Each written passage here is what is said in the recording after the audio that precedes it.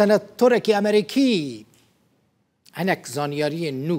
ده درباره ریگرتن امریکا لأوپراسیون ترکیه یا بجایی لستجی روز آوای کرسان بلاف کرد و زانون ترکیه هر دمه تهدید که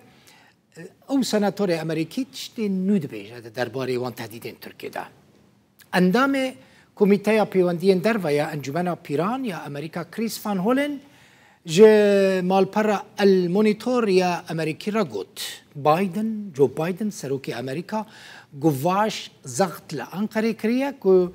لأوپراسیونه که لباکور سوری لنافچین ریو بری خسر نفکره و تو اپراسیونان چه نگه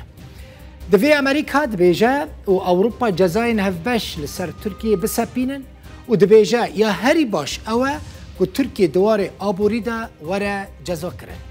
سناتور امریکی گوت هینجی لسر روشا باکور روجلات سوری آلوزین جدی ده نوبرا ترکیه و امریکا ده هنه و بردوام دکن هر وها دیار دکه که گفو تهدیدین ترکیه ین انجام دانا اپراسیون بجایی لباکور روجلات سوری و نافچین ریوبری خسر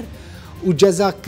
جزا نکرنا روسیا دبیجه همو بلگنه اثباتن که ترکیه نهف پیمانکی دلسوز جبو امریکا هر وها گوت اگر ترکیه ریگرتنین خواه لهمبری